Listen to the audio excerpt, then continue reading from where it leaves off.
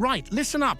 I've got some massive Celtic news today that you do not want to miss. From a potential multi-million payday if the mob across the city bottle it in Europe, to transfer drama with Marco Tilio, and finishing with the biggest signing twist of the summer. This last one could change everything. Stick with me right to the end. Hit that subscribe button so we can smash our 500 subscriber target and get this Celtic news to every fan around the world. Let's smash this together.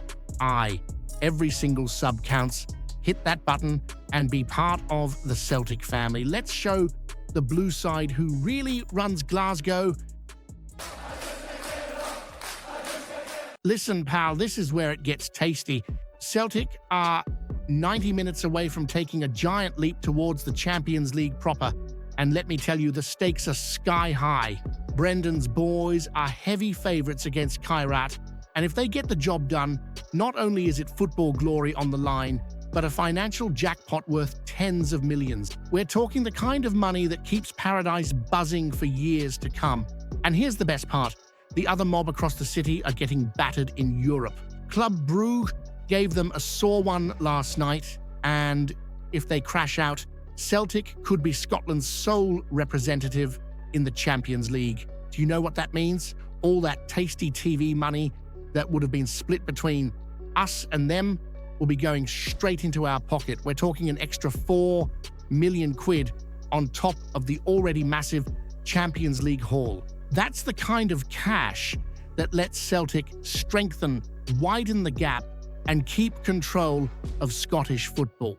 Honestly, can you not just picture the faces of the Rangers board if they watch us raking in Champions League millions while they're stuck at home counting the pennies? It's enough to make you smile all day walking down Sochi Hall Street. So here's my question for you, and I want you to think hard about it.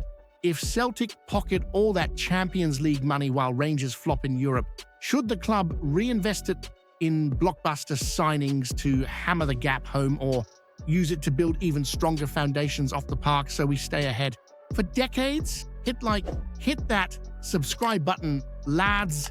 Let's jai it loudy till we hit 500 mad Celtic dafts. Right, here's one that won't shock you too much, but it's still worth a proper chinwag. Marco Tilio. Remember when he came in from Melbourne City and folk thought we were getting this wee Aussie wonder kid to light up Paradise? Well, 2 years on, the lad's barely kicked a ball in a Celtic shirt. Only 2 first-team appearances, the rest of the time spent packing his bags and heading back on loan. Now it looks like Rapid Wien have been handed the green light to take him off our hands for good. Originally, it was meant to be a loan-to-buy job, with all those clauses about appearances, but the Austrians clearly weren't up for the gamble.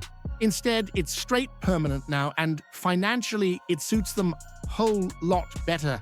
From our end, it looks like Brendan was holding off until he could be sure a replacement was lined up. So here's the burning question. If Tilio's away permanently, does that mean we're about to see a new winger through the doors at Lennox Town in the next few days?